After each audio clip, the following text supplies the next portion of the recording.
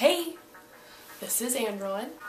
I am here today to teach you how to hand knit. Now, hand knitting is different than regular knitting. Regular knitting, I think everybody knows what regular knitting looks like. I don't have a regular knit scarf in here, but hand knitting looks more like chains.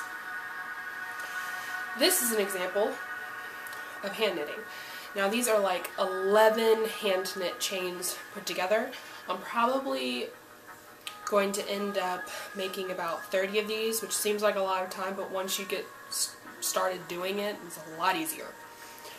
I'll probably make about 30 of them and then braid them together, like one big braid. I want to make an infinity scarf. As you can see, this one is very long. Once I get able to get it together, it's going to look like this when it's tied together. So I might just make a bunch of them and make it really thick and just make just a scarf and not braid it, but you never know. So, let me get one chain out so you can see what it looks like. This is what it looks like. Looks like a chain of yarn. So, I'm going to show you how to hand knit a scarf. So, yes,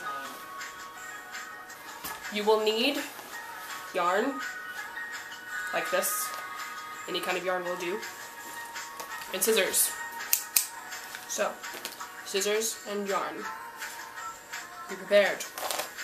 Okay. And here we go. So get your yarn, and what I suggest doing at the very beginning is getting a bunch of slack out of your yarn, because what you're going to be doing with your hands is going to be really difficult if you're going to have to keep pulling at the yarn. So go ahead and get a bunch of slack out, like I have. And the first thing you're going to do is you're going to make a slip knot. For those of you who don't know how to do a slip knot, which I didn't, so I had to look up a video, what you do is you cross over, make one big loop like this, and the end that's connected to the rest of the yarn, you make a smaller loop, and you go under the loop like this, and you pull, like that. Let me do it again real quick just so you know how to do it. You're going to make one big loop at the end of your string like this, pinch it, and then you make another loop right here that's connected to the rest of the yarn, and you go under and through and you pull, and that's how you do a slip knot. Now what you need to do once you make your slip knot, not the band, the loop, what you're going to do, like I said before, your yarn is going to look like a chain, and so you need to make your knot, your little loop here that you made right here, about the same size as you want the rest of your links on your chain to look. So, this is obviously too big, so I'm going to make it smaller, we're making it bigger. Okay. So you're making about that big, that's what I'm thinking right now. So, after you do that, you lay your loop across the rest of your yarn like this, as you can see, and you're going to reach through and pull. So you go through the loop, let me do that again, you take your fingers, go through the loop like this, you're going to reach down, grab the string, hold on to your end right here, and pull. Okay? I'm going to do it again. Grab on right here, grab on, that's not the right word. Wow. Okay, so you grab onto the string, and you pull. You pinch that end of the last chain, you go through the string loop right there, and you pull.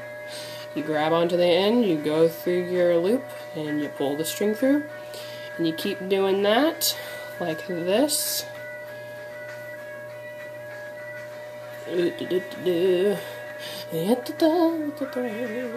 Okay, and you got a chain length. That's what's going to look like in the end. Like so, and you're hand knitting. And then what you're going to do is, to end the end of your knitting, you just cut off your string. Oh wow, these need to be sharpened. I would suggest getting sharper scissors, these are terrible. Okay, so you go to the end of your loop, like this, okay? And then what you're going to do is you're just going to make a knot. Just a regular little knot. Just go under, and you're going to make a knot. And if you just pull it taut, or pull it taut like that, and you're good. And you can like double knot it too if you're worried that it's not going to be secure enough. So that's how you hand it, and I'll probably be doing some more tutorials on some other stuff that I make, like all the hair stuff I do. I'm also taking requests. If there's anything you want me to show you how to make that you've seen me do before, and you have a question and you want to know how to make it or something, I will make a video and show you how to do it.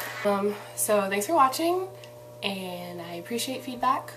You can tell me how awful I am, or how great I am, or how mediocre I am, and whatever you want. So, thanks for watching, and see you next time.